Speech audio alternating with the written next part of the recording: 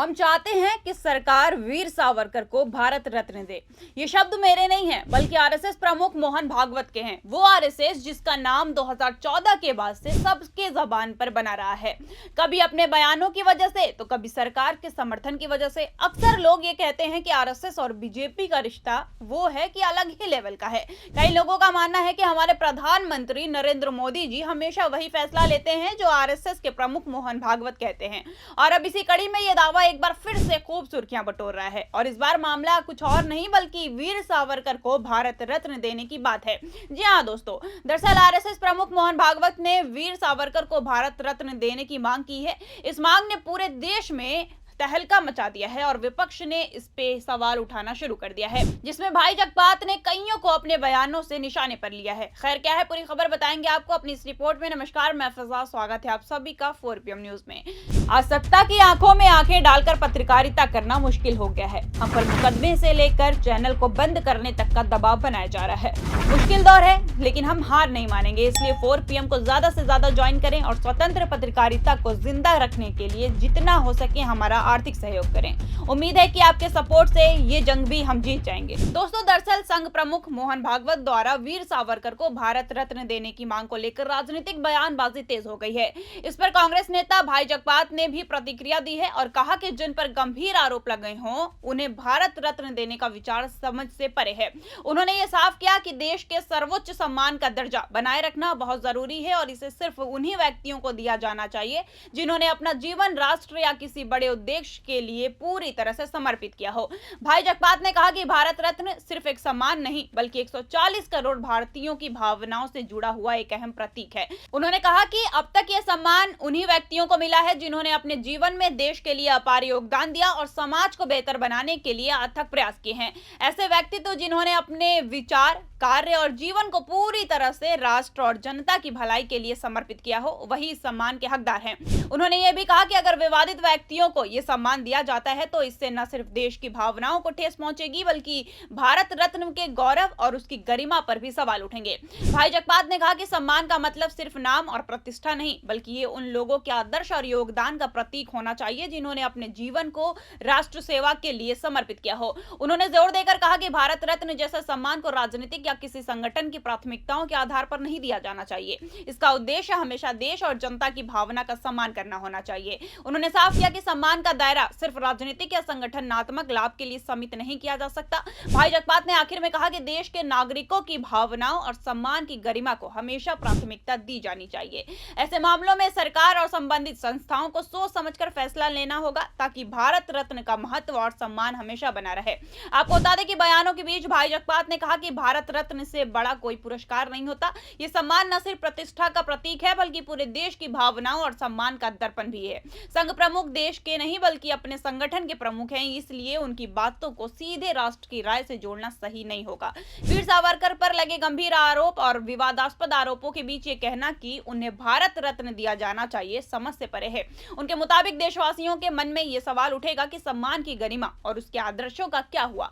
आपको बता दें कि भाई जगपात रुके नहीं, उन्होंने अपने बयानों में केंद्र सरकार पर भी निशाना साधा है। उन्होंने कहा कि मोदी सरकार में कई ऐसे मंत्री हैं जिन पर दाग और भ्रष्टाचार के आरोप रिपोर्ट्स में सामने आए हैं।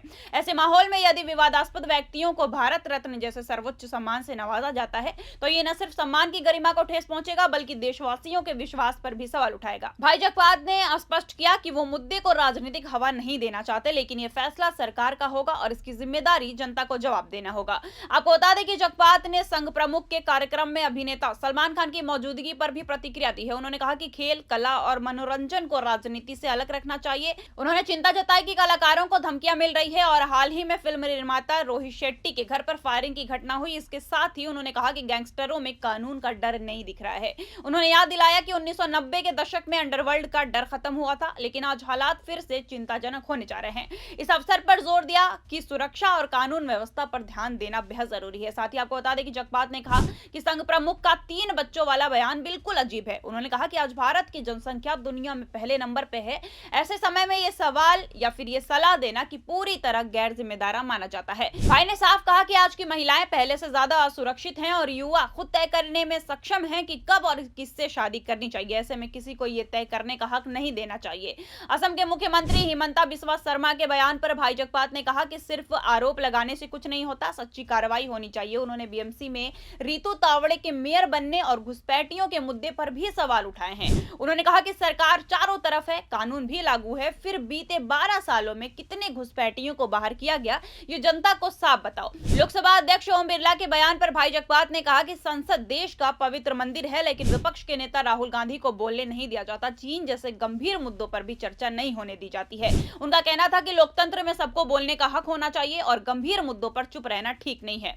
महाराष्ट्र के पूर्व डिप्टी सीएम अजित पवार के निधन से जुड़े सवालों पर भाई ने कहा कि जहां धुआं होता है वहां आग भी होती है। उन्होंने कहा कि 18 साल पुराने विमान लैंडिंग और तकनीकी खामियों पर सरकार को साफ साफ जवाब देना चाहिए। खेल और राजनीति को लेकर भाई जगपात ने कहा कि भारत पाक मैच या किसी भी खेल, कला, संगीत के कार्यक्रम को राजनीति से जोड़ना गलत है। उनका कहना था कि भारत का क्रिकेट हमेशा से मजबूत रहा है और विश्व कप जैसे बड़े आयोजनों को राजनीतिक नजरिए से देखना भी ठीक नहीं है। अब जिस तरीके से जगपात ने बयान दिया और सरकार से सवाल किया, अब ये कहीं ना कहीं सरकार के लिए एक चुनौती बन के सामने आएगा।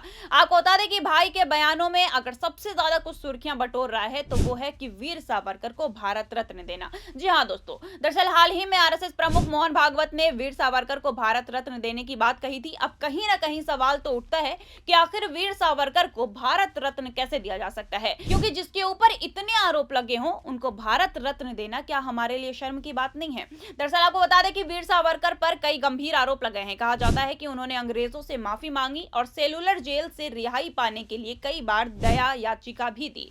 आलोचक कहते हैं कि उन्होंने जेल से बाहर आने के लिए अंग्रेजों से सहयोग का वादा किया और स्वतंत्रता संग्राम में सक्रिय भूमिका नहीं निभाई। इसके अलावा उन पर यह भी आरोप है कि वो महात्मा गांधी की हत्या के प्रचंड में शामिल होने के शक में थे। हालांकि उन्हें बाद में सबूतों की कमी की वजह से बरी मिल गई, लेकिन पूरी तरह से दोष मुक्त नहीं कहा गया। सावरकर पर यह भी आरोप है कि उन्होंने हिंदुत्व और द्विराष्ट्र राष्ट्र सिद्धांत को बढ़ावा दिया, यानी देश को धर्म के आधार पर बांटने का विचार अपनाया। साथ ही कुछ लोगों का कहना है कि उन्होंने स्वतंत्रता संग्राम के समय कांग्रेस का विरोध किया और अंग्रेजों के साथ सहयोग करने की नीति अपनाई। उनके ऊपर ये आरोप भी लगे हैं कि युद्ध के समय बलात्कार को राजनीतिक हथियार के रूप में सही ठहराया और अंग्रेजों के प्रति वफादारी निभाई। समर्थक इसे उनकी रणनीति बताते हैं, लेकिन देश के आलोचक इसे देश और स्वतंत्रता के खिलाफ माना करते हैं। कपूर कमीशन और कई इतिहासकारों ने उनके कई कदमों और फैसलों को विवादित कहा है। इनके कारण आज भी वीर सावरकर को लेकर बहस होती रहती है कि उनका योगदान देश की आजादी में कितना सही था या गलत था। अब अचानक से उनके लिए भारत रत्न की मांग करना इस विवाद को और हवा दे रहा है। अब देखना यह होगा कि आरएसएस के इतने करीबी नरेंद्र मोदी इस बात पर क्या फैसला लेते हैं। आपको क्या लगता है दोस्तों, क्या वीर सावरकर को भारत रत्न मिलना चाहिए या नहीं? अपनी राय हमें कमेंट करके बताएं। तब तक के लिए नमस्कार। अब ऐसे ही देश दुनिया की बड़ी खबरों के लिए बने रहिए 4 PM न्यूज के साथ। मिलते हैं आपसे अगली खबर में। धन्यवाद।